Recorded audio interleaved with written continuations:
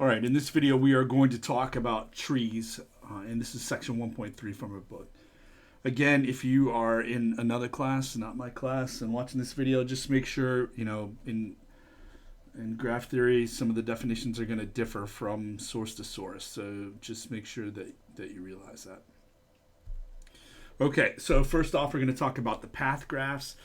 And a path graph, P sub n, is the graph with n plus 1 vertices. And if they are labeled like this, then the edges are these n edges right here.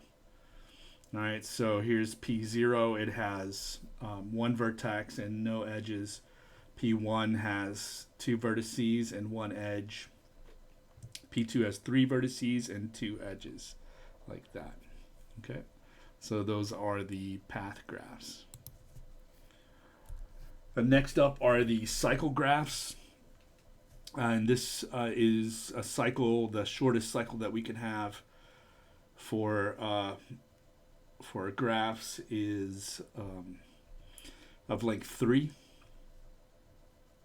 And they are denoted as C sub n, and that is the graph with n vertices. If they're labeled like this, then the edges are these n edges here. So they make cycles like this. All right, so that's C3, C4, C5, C6, and so on and so forth. All right, so those would be the cycles. If you take a look at these cycles here, one of the things that we'll be talking about later is removing edges, right, off of these cycles. If you remove an edge off one of these cycles, one edge, then you will wind up with a path graph. Right here, if you take an edge off of C3, say this edge, right, then you wind up with P2. Okay.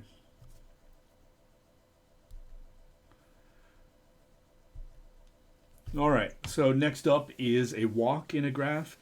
A walk in a graph is a sequence of one or more vertices such that every vertex in the sequence is adjacent to the vertex that follows it, if there is one. Okay. So for instance, here at K, right, there's no vertex that follows that. But in this setup like we have it here, right, V0 would be adjacent to V1, V1 would be adjacent to V2, all the way down the line. Okay. So a walk that has the first vertex A and a final vertex B is called an AB walk, or a walk from A to B. And those vertices A and B are also called the ends or the endpoints of the walk.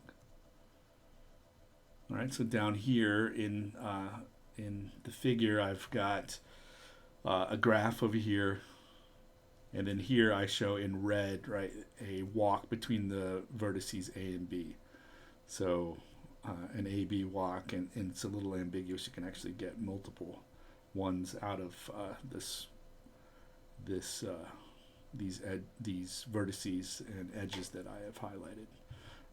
But it illustrates the point. You can have repeated vertices in a walk, right? So no matter how you kind of choose to go through here, you're going to repeat at least this vertex right here, right? So if you went this way, right, there's the repeated vertex right here. All right, the length of a walk is one less than the length of the sequence of vertices. Here, the length, depending on how you would do it here. Here it's a little ambiguous, so I can't really illustrate that very well. But it's the length of this sequence right here, okay, that you have. Or one less, rather, than the length of this sequence. All right, a path in a graph G is a walk with no repeated vertices. So for instance, this over here that we've highlighted would not be a a path. It's a walk, right? But you would definitely at least have this repeated vertex here. So here I show a path from A to B, right? A sequence of vertices, and you can see, right, there's no repeated vertex. Or you could take it from B to A as well by going in the reverse direction. All right, so that's the main difference between a walk and a path. No repeated vertices. All right, so that brings us to our first proof that we'll need to go through, and that is every AB walk in a graph contains an AB path. Okay, so this proof is going to be a proof by induction. Okay. Let me make sure I've got this set up.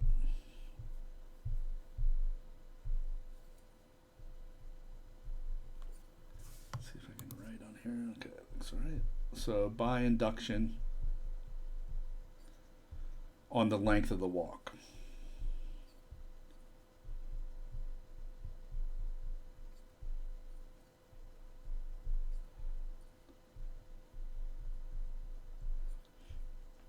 All right, so our base case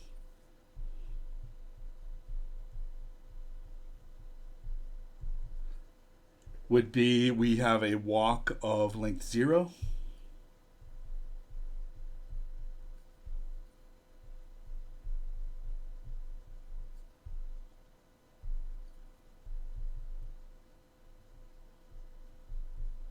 And a walk of length 0, right, would just be one vertex. That's it. So there's my sequence, right? My sequence of length 1.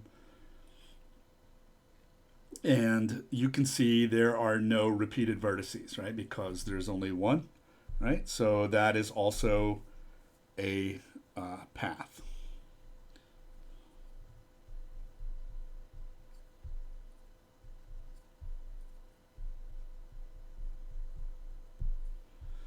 All right, so that is our base case. And now our induction hypothesis, right? That's what we get to assume is true.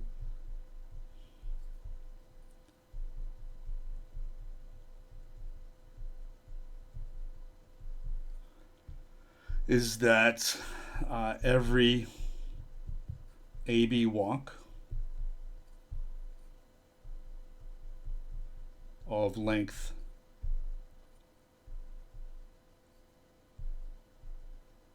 less than or equal to n contains an AB path.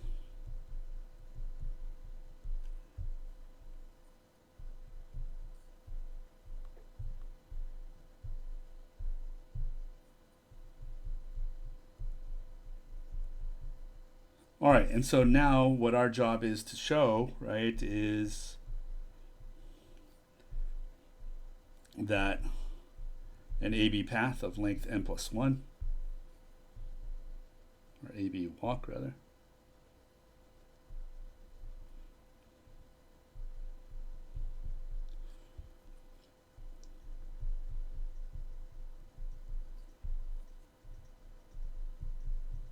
contains an AB path.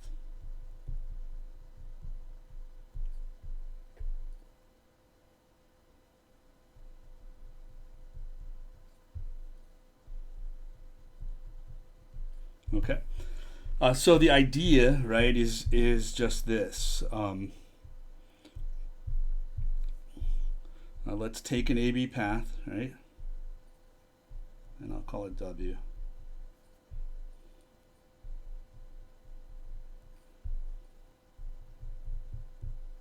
Or an AB walk, sorry, of length n plus 1.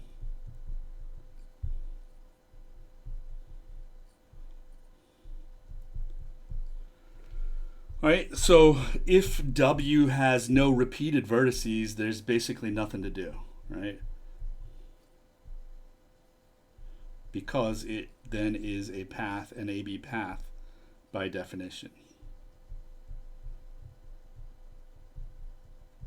So if it has no repeated vertices, W is an AB path, by definition.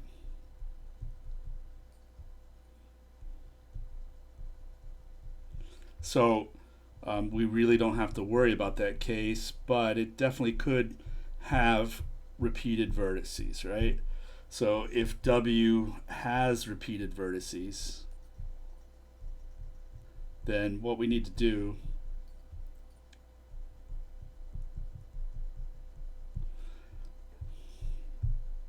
the idea anyway is, let's say that it looks something like this. Right, I'm going to call that repeated vertex R, right? Let's say it does something like this.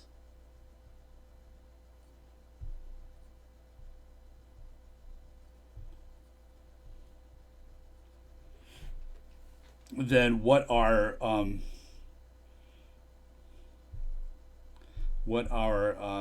sequence will look like, right? It will start with A, and then possibly have some vertices, right? V1, V2, right? Out to, say, some other vertex here. And then let's call R that repeated vertex, right? So there'll be somewhere down the line, right? You'll have that repeated vertex, and then possibly some other vertices, right? Let's call them U1, U2,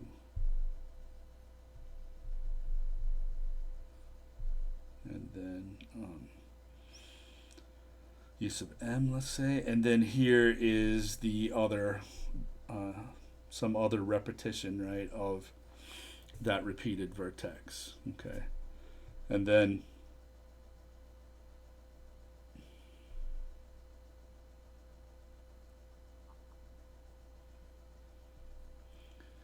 somewhere down the line, let's see, we've used, let's use T.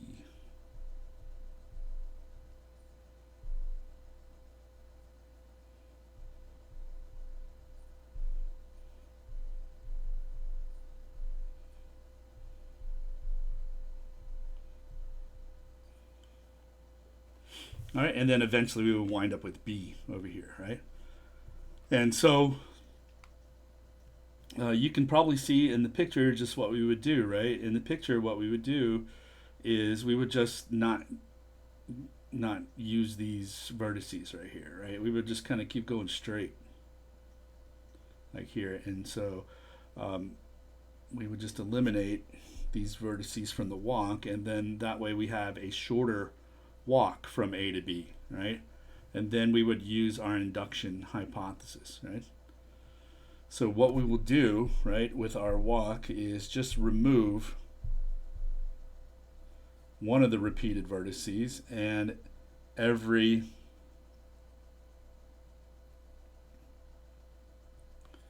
vertex in between the two repeats. All right, so over here that would kind of have the effect of just taking these out of the walk and just making a more direct walk. Okay. So we would remove those, right? And now, there might not be any vertices between the two repeated edges if they were, say, like the last. Well, I guess maybe there is, but regardless, it doesn't matter. We take all of these out, then what we'll get is, right, a walk that looks like this.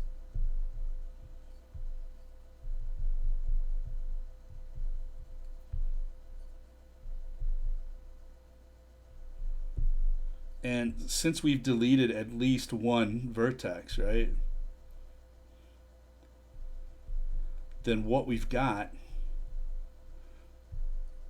is an AB walk of length less than or equal to n.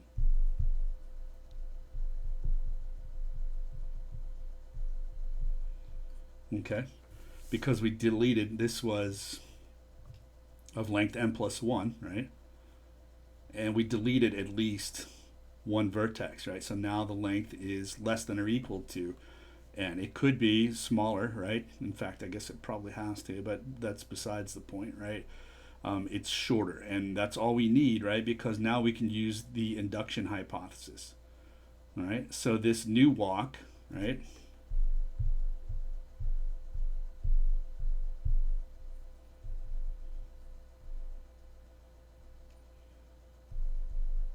The induction hypothesis, right, tells us that this has a AB path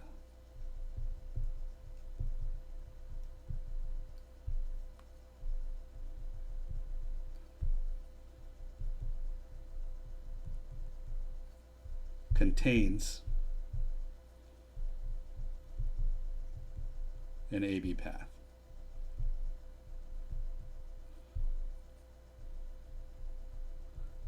And furthermore, right, so does W, right, the original one that we started with, right, because this AB path is a smaller, right, AB path than this. So every vertex in here, right, in this is also a vertex in here. So it's a subsequence, right, of this sequence. So W contains an AB path, right? So we have shown that every AB walk of length n plus 1, right, also contains a an AB path, right? And so therefore we have shown, right, that's the two requirements for proof by induction, right? So therefore this is true for all non-negative integers, okay? All right, so that's the proof of excuse me, that's the proof of this theorem, all right? Okay, so next up is the definition of connected. A graph is connected if for any two vertices A and B, there is a path from A to B, okay? So over here,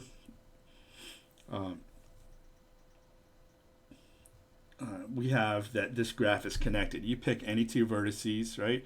And you can find a path between those two vertices, okay? This also, right, this holds true if the two vertices you pick are the same vertex, right? Because then you have a path of length 0 between those, okay? This graph over here is not connected. You can see it has some isolated vertices over here. So if a graph has an isolated vertex and it has more than one vertex, right, then it's not going, as this one does, right, it's not going to be connected. There's no way that I can have a path going from this vertex to any other of these vertices, because this vertex, you know, the path would have to start at this vertex, and then the next vertex in the sequence would have to be adjacent to it, and there are no other adjacent vertices to this one. All right, so if you have an isolated vertex, but you know that's also true for any of these degree 1 vertices as well. You know, there's no path from this vertex to this vertex over here. So this is a graph that's not connected. All right, a circuit in a graph G is a walk that begins and ends at the same vertex. So here I have a vertex, and I'm going to designate this vertex over here, A, as the starting point. And so you can see that if you follow this around, and again, there's multiple kind of directions that you could take, you wind up back at this vertex A. So it's a walk that begins and ends at the same vertex. So that's a circuit. All right, a cycle in a graph is a circuit with no repeated vertices other than the beginning and ending vertex. All right, so here I have a cycle, right, from A to itself. right? And these cycles, as if I took this as a subgraph, right, of this graph over here, that subgraph would be isomorphic to one of these cycle graphs, the same way a path would be isomorphic to one of these path graphs over here. Okay.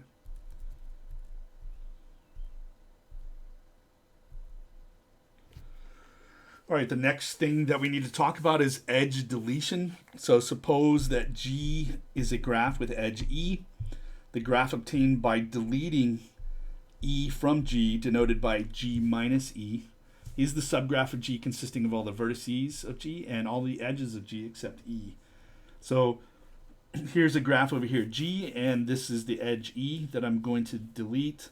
And over here you can see the result of that. So G minus E still has all of the same vertices, right, of G. It has all of the same edges of G, except it doesn't have the one that we designated to be deleted. Okay. Okay. So that's G minus E. We can do the same thing with a vertex. Suppose that G is a graph with vertex V. Then the graph obtained by deleting V from G, denoted G minus V. That's the subgraph of G consisting of all of the vertices except the one that you delete, right? And all the edges of G except those edges that are incident to V. You have to remove those as well because you're removing this vertex. So here I have a graph G, and I'm going to remove this vertex V. So G minus V, right, would be the subgraph of G that doesn't include V or these edges VW, VY, or VX. So basically you would get this cycle here, the one with WX and Y in there. All right, so that would be G minus V. All right, so I think that brings us to, yes, our next theorem that we're going to prove. This is a lemma, so right, that means we are going to use it in the proof of a subsequent theorem that we're going to prove. So what this lemma says is that if I have a connected graph and I remove an edge or delete an edge that lies on a cycle, then the subgraph that I get, G minus E, is connected. So just to illustrate this, I have this connected graph right here, and here I've deleted this edge. And notice, right, this edge lies on this cycle right here. Now you can see that the resulting graph is still connected. If I pick any two vertices in here, and there is a path from from the first vertex to the second, right? No matter which one I pick. Or which two I pick. All right, and the same thing is true if I had deleted any other edge, right? As long as I only delete one from the cycle, right, the result is going to be connected. You can't really say the same thing for these edges up here. Say I had deleted this edge or any of these sort of outer edges right here, that's going to leave an isolated vertex, and so the resulting graph would not be connected. All right, so let's take a look at the proof of how this goes. All right, and one of the key things here, right, is to notice that if I have a cycle, let's say,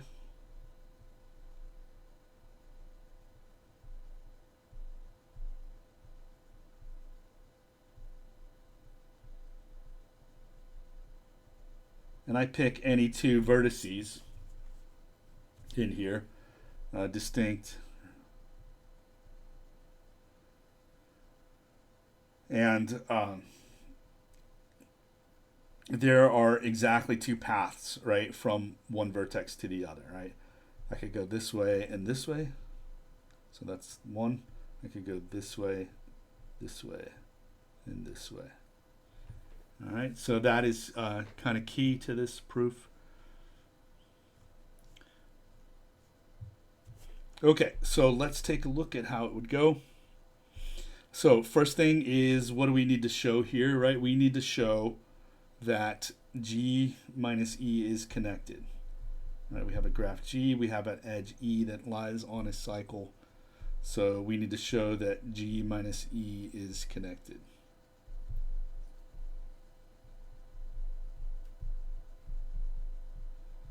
Well, what does that mean? That means, right, that there exists an AB path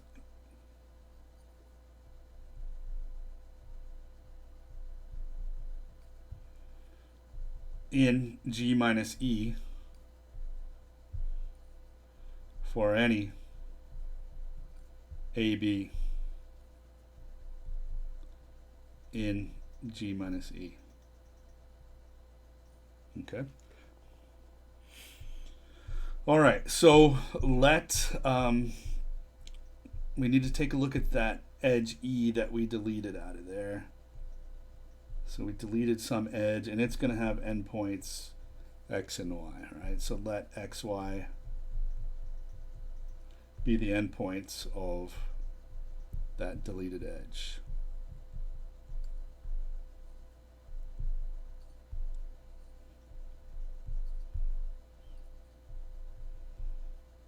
Let's say of E.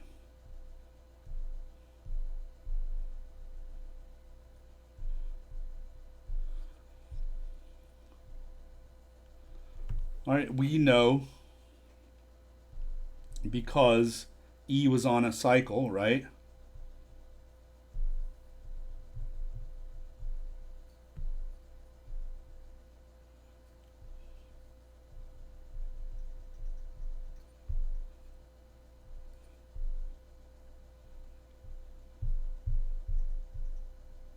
Since E was on a cycle, there exists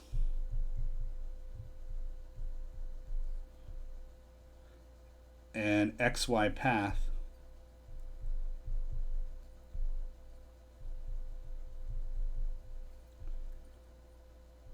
in G minus E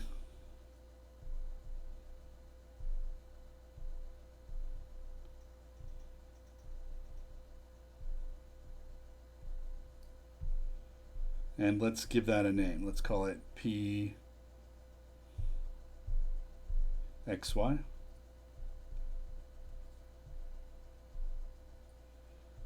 Also, right, a YX path, right?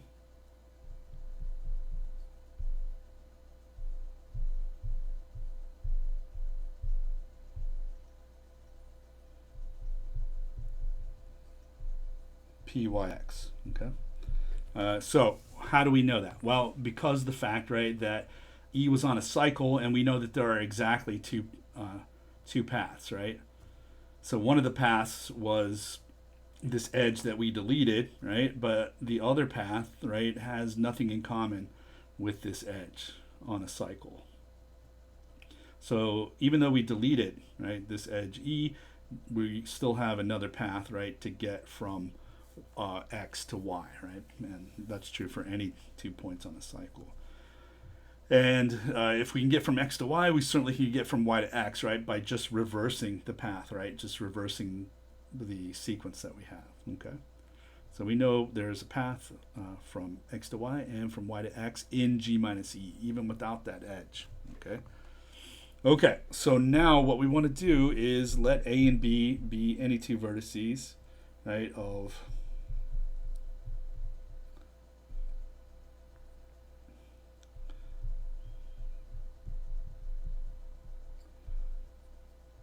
G minus E, which are the same vertices of G.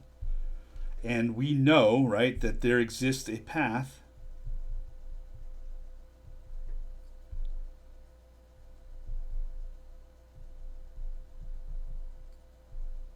in G. Let's give that a name. Let's call it P. And why is that, right? Well, that's because G is connected. And so by definition of connected, right, there is an AB path.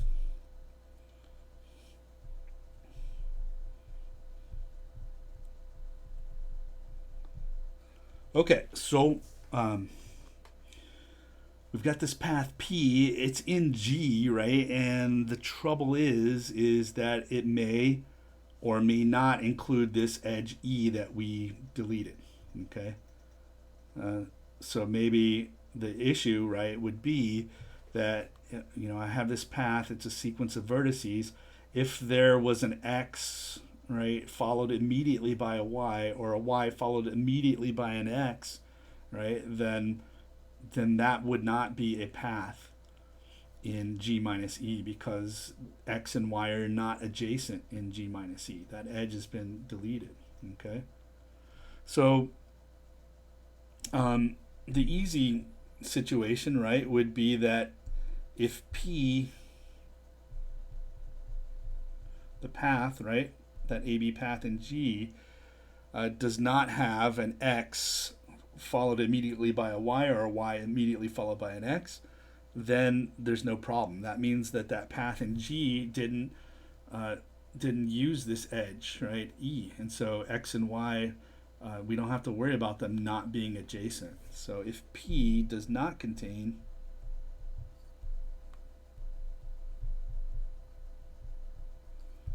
does not have X, Y, or YX as a consecutive subsequence,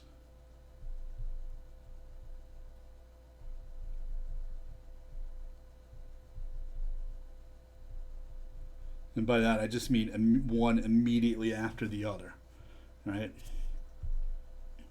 Then P is an AB path in G.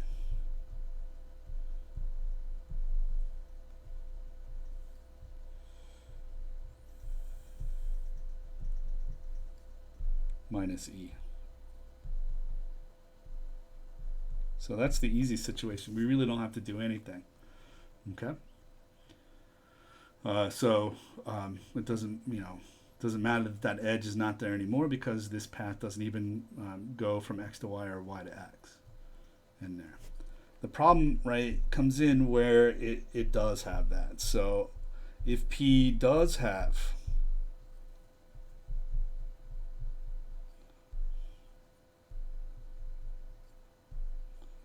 XY or YX as a consecutive subsequence,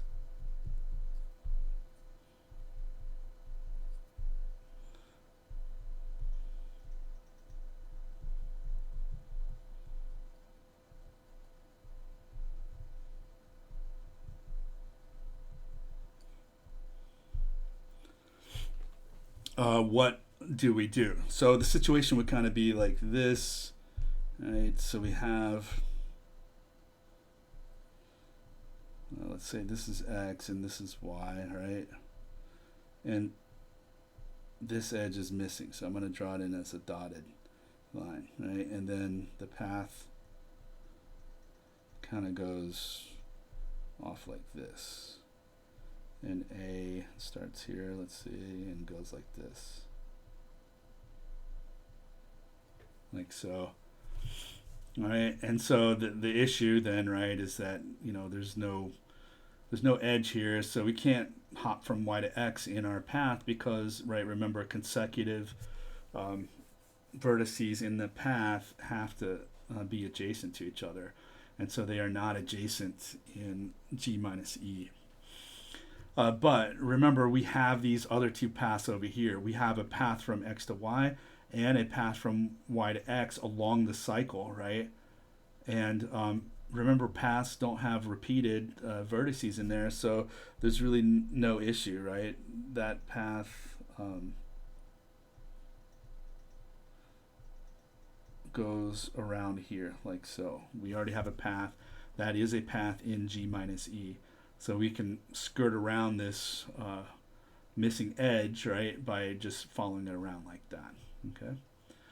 So what we would do, right, is if your sequence, well, it looks like this, right? If it has A and then V1, V2, all the way up to V sub K, and then X, and then Y, then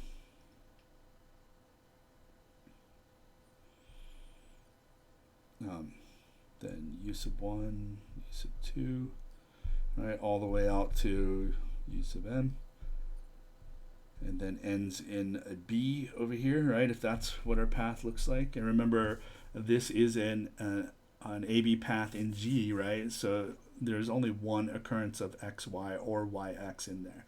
So in this case, we're just saying, what if it has an xy in there? Well, then what we are going to do is take all of the vertices, right, out of here, pxy, right, and we will insert that right in the middle there. So we will take these out, and in there we'll put all of the vertices of pxy, right, so whatever those are. And so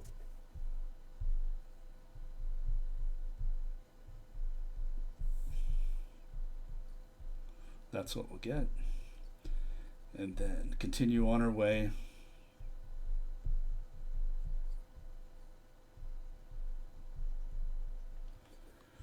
All right, and that's what we'll have. We will have a sequence of vertices. Now, in my picture, I drew it as a path, right? But we don't really know that it's a path. Maybe we came in along here. So at the very least, though, right, this is an AB walk.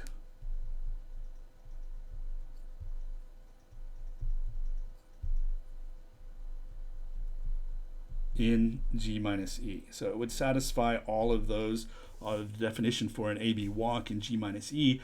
The thing is we don't know. Maybe there's some vertices in common here with this path, or maybe there's some here and in this path as well, right? So we don't know. This might have repeated vertices, right? So we only get an AB walk, but that is not a huge deal, right? Because a few minutes ago we proved that every AB walk in a graph, right, contains an AB path. So this AB walk contains an AB path.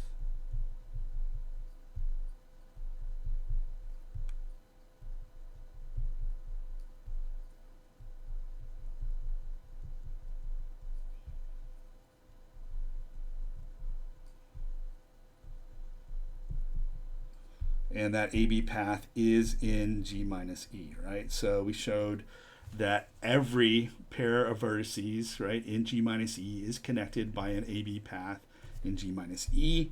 So what does that say? That says that G minus E is connected, which is what we wanted to show, okay?